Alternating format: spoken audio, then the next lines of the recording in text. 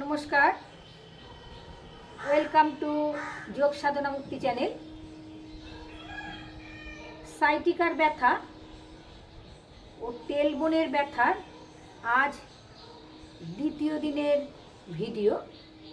কাল আপনাদের প্রথম দিন।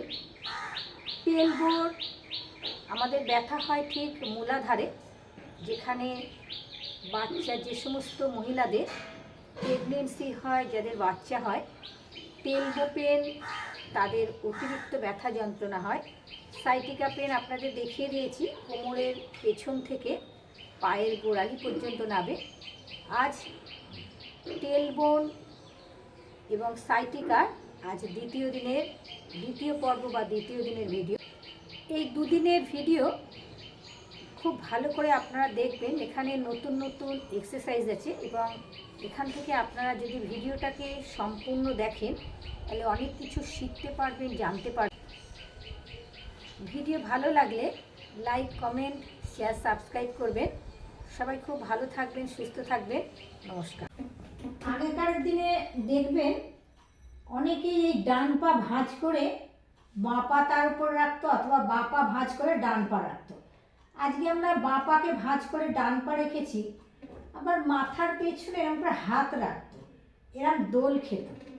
এটা কি রিল্যাক্স করা, রিল্যাক্স হওয়া। আজকে আমরা এই এক্সারসাইজটাই করব। দেখে নিন, দুটো হাত ধীরে ধীরে এইভাবে তুলব, তুলে হাঁটুর তলায় লক করে রাখবো পাকে। দেখুন, আমি যত পাকে ওপরের দিকে টানছি তত ডান পা আমার বুকের কাছে আসছে। আর সাইটিকা পেনের নার্ভ কিন্তু আপনার কোমরের ওপর থেকে থায়ের তলা দিয়ে পুরো পায়ে আসে। একটা নার্ভ আছে, তার নামই হচ্ছে সাইটিকা নার্ভ। দেখুন, আমি এক হাঁটুর উপকার পাচ্ছি, পায়ের গোড়ালির পাচ্ছি, পায়ের পাতা পাচ্ছি, আঙুল পাচ্ছি, থায়ের উপকার পাচ্ছি, বাটকের বা হিপের উপকার পাচ্ছি, টেলবোনের উপকার পাচ্ছি। তাহলে একটা ব্যায়ামে কতগুলো কাজ করছি। ধীরে ধীরে হাত, তাহলে বাঁ হাতটা নিয়েছেন বাইরের দিক দিয়ে, আবার ডান হাতটাও নিয়েছি বাইরের দিক দিয়ে। মানে অপূর্ব এই এক্সারসাইজটা। আপনি একটা এক্সারসাইজ করলেই আপনি উপকার পাবেন। এখানে 30 সেকেন্ড রাখতে পারেন, 20 সেকেন্ড রাখতে পারেন। আজকে আপনাদের 10 সেকেন্ড করে দেখিয়ে দিচ্ছি। 1 2 3। আর পায়ের পাতা থাকবে, আপনি পায়ের পাতাতে হাতও দিতে পারেন এইভাবে। পায়ের পাতা থাকবে এইভাবে। 1 2 3 4 5 6 7 8 9 10। ধীরে ধীরে এই ডান পাটাকে নাবিয়ে দিলেন, নাবিয়ে টান করে দিলেন। আবার যারা পারবেন এই পাটাকে ধীরে ধীরে আপনি নিয়ে আসুন, আপনার কাছে নিয়ে আসবেন, আরও ঠিক এই টান করবেন, এতে আরও উপকার পাবেন। ধীরে ধীরে, সব ধীরে ধীরে হবে, জোরে জোরে কিছু করতে পারবেন না। আস্তে পাকে নাবিয়ে দেবেন আস্তে আস্তে করে। ডান পা ভাঁজ, ডান পার উপরে বাঁ পা, ঠিক আগের মতন। হাত ভেতর দিক দিয়ে না, বাইরে দিয়ে দেবেন। দেখুন, আমি বাইরের দিক দিয়ে দুটো হাত দিচ্ছি। প্রথমে পাটাকে উঁচু করে নিলাম, কি অদ্ভুত দেখুন। এবার দুটো হাতকে আমি লক করলাম, লক করে কোথায় রাখলাম? হাঁটুর নিচেই রাখলাম। তাহলে একটা হচ্ছে হাঁটুর নিচ, হাঁটুর ওপর, কিন্তু হাঁটুতে ওপরে না, ঠিক নিচে রাখবেন অথবা ওপরে রাখবেন। পায়ের পাতাটাকে ঠিক এইভাবে নেবেন। পায়ের পাতা যত কাছে টানছেন না, তত সাইটিকা পেন, টেলবোন পেনের উপকার পাচ্ছেন, হিপের উপকার পাচ্ছেন। তাহলে সাইটিকার এখান থেকে গেছে না, টেনে নিয়ে আসুন কাছে। দুটো দেখুন, এটাকে যখনই টানছেন এটা কাছে আসছে, তার মানে এখানটা সাইটিকা হলে এদিকে উপকার পাবেন, হাঁটুর উপকার পাবেন, পায়ের গোড়ালির উপকার পাবেন, পায়ের আঙুলের উপকার পাবেন, পায়ের পাতার উপকার পাবেন। তাহলে একটা জিনিস করলে তার কত উপকার। নিয়ে চলে আসুন পা, যত কাছে টানবেন। 1 2 3 4 5 6 7 8 9 10। 11, 12, 13, 14, 15, 16, 17, 18, 19, 20। পাকে আস্তে আস্তে করে নামিয়ে দেবেন, ধীরে ধীরে দুটো পাই নামিয়ে দেবেন। ধীরে ধীরে ডান পাকে তুলবেন,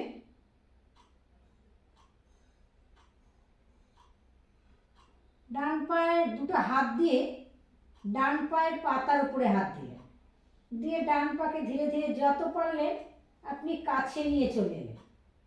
এটা মানে অস্বাভাবিক যে পায়ের শিরায় টান ধরে, রাত্রে ঘুমোতে ঘুমোতে শিরায় টান, রাস্তায় হাঁটতে হাঁটতে শিরায় টান, শিরার টানের জন্যে ভীষণ উপকার।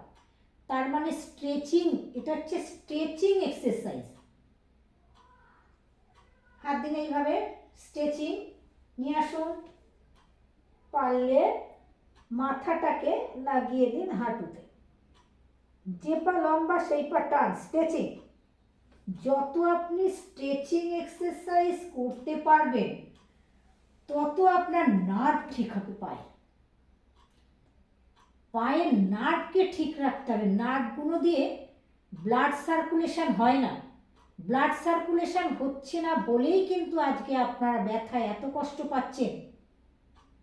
তাহলে স্ট্রেচিং করলেই নার্ভের উপরে প্রেশার পড়বে, নার্ভের উপরে চাপ পড়বে, নার্ভগুলো ঠিক হবে, নার্ভ দিয়ে অক্সিজেন এবং ব্লাড সার্কুলেশন যেতে কোনো বাধা আসবে না।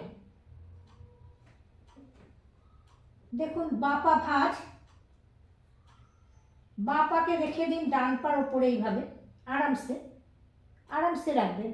তাহলে যেদিকে পা রেখেছেন, পা আছে আমার বাঁ দিকে, মাথা অপোজিট হবে ডান দিকে। যখনই ডান দিক করছেন তখনই উপকার পাচ্ছেন, কিন্তু সাইটিকার উপকার পাচ্ছেন। ফেলে দিন। আপনি যদি এদিকে রাখেন উপকার পাবেন না, কিন্তু যেহেতু পাটা রেখেছেন ডান দিকে, বাঁ দিকে, মাথাটা রাখবেন ঠিক অপোজিট ডান দিক। আবার এই পাটাকে এইভাবে করে নিন, ঠিক যেভাবে রাখলাম এইভাবে রেখে দিয়ে আবার মাথা রাখুন ডান দিক। কত রকম ভাবে করা যায়। ডান দিক, ডান পাকে লম্বা করুন, বাঁ পাকে ভাঁজ করুন। তাহলে বাঁ পা ভাঁজ, আমার বাঁ পা আছে ডান দিকে, মাথা হবে বাঁ দিক। খুব আরাম, যত রাখবেন তত উপকার। আবার ধীরে ধীরে এই বাঁ পাকে রেখে দিন ডান পাড়ের দিকে, ডান পাড়ে পাড়ে। যখনই রাখবেন মাথাটা কিন্তু যাবে ঠিক আপনার বাঁ দিকে। ভীষণ উপকার। এই একটা পোজ সাইটিকার জন্যে। শ্বাস নিতে নিতে দুটো হাতকে টান করবেন এইভাবে, ডান পা শ্বাস নিতে নিতে তুলবেন, বাঁ হাতের কাছে নিয়ে আসবেন। দেখুন বাঁ হাতের কাছে নিয়ে এসেছি, মাথাটা আছে আমার ডান দিকে, মাথা কিন্তু ডান দিক, আর সাইটিকার নার্ভটা নেবেছে ঠিক কোমর থেকে একদম বাটকের এখান থেকে থায়ের তলা দিয়ে ঠিক এই জায়গাটা।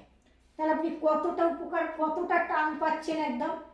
আবার এখান থেকে টেলবোন উপকার পাচ্ছেন, টেলবোনের উপকার পাচ্ছেন এখান থেকে।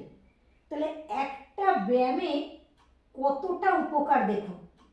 যার সাইটিকা আছে, টেলবোনের সমস্যা আছে, তার এটা শুধু টেলবোন না, টেলবোন, সাইটিকা, কোমরে ব্যথা, পিঠে ব্যথা, আপনার গ্যাস অম্বলের ব্যথা, গ্যাস অম্বলের পেটের ব্যথা হয়, মারাত্মক গ্যাসের ব্যথা হয়, সেই গ্যাসের ব্যথা ঠিক হয়ে যাবে। শ্বাস নিতে নিতে পাকে 90 ডিগ্রি করে জায়গায় রাখবেন। আবার দেখুন দুটো পা লম্বা, দুটো হাত কাঁধ সমান্তরাল আছে। শ্বাস নিতে নিতে আপনি বাঁ পাকে ভাঁজ করলেন, বাঁ পা ভাঁজ করে কোথায় যাবে? ডান হাতের কাছে যাবে। আর যখনই করবেন পা টান, ডান হাতের কাছে নিয়ে চলে যান, মাথা অপোজিট, মাথা কোথায়? বাঁদিকে। কি অদ্ভুত! আবার ঠিক সাইটিকার, সাইটিকার নার্ভ নেমে গেছে একদম এই দিক থেকে হয়ে, এই কোমর থেকে নিয়ে, বাটুর থেকে নিয়ে, পায়ে থায়ের তলায়, হাঁটুর তলা দিয়ে পুরো গোড়ালিতে গিয়ে নেমে গেছে। তাহলে কোথা থেকে নেমেছে? এখান থেকে সর্বদিকে তার টান, অসম্ভব তার যন্ত্রণা। হিপের যদি কারোর সমস্যা থাকে, হিপের যদি ব্যথা থাকে, হিপের ব্যথাও কিন্তু সেরে যাবে একদম। মাথা তাহলে কোন দিক? মাথা হচ্ছে বাঁ দিক, পা হচ্ছে ডান দিক। তাহলে একটা ব্যায়াম করলে আপনি কিসের কিসের উপকার পেলেন? টেলবোনের উপকার পেলেন, হিপের উপকার পেলেন,